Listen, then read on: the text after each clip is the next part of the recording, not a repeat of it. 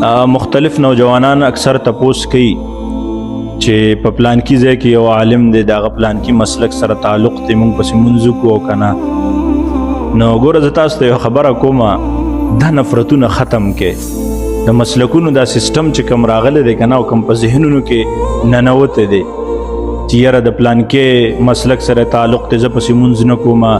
زموږ عالم خو موږ ته ویل دی چې پلانکی مسلک سره تعلق یې ته به ورپسې منځ نه کوې دا سیزونه پرېږدی څوک چې مسلمان وي په هغه پسې منځ کوئ د ضروریات دینیه نه چې څوک هم انکار نه کوي په هغه پسې منځ کوئ چا چرته په خپل دکان باندې لیکلی چې دا د دیوبندي دکان دی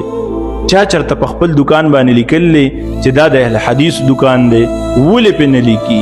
ځکه پې نه لیکي چې دې دکان ته نقصان رسی نو زه تاسو ته خبره کومه دین ته څومره نقصان ورسېدو په دې څیزونو باندې د یو مسلک عالم چې وفات شي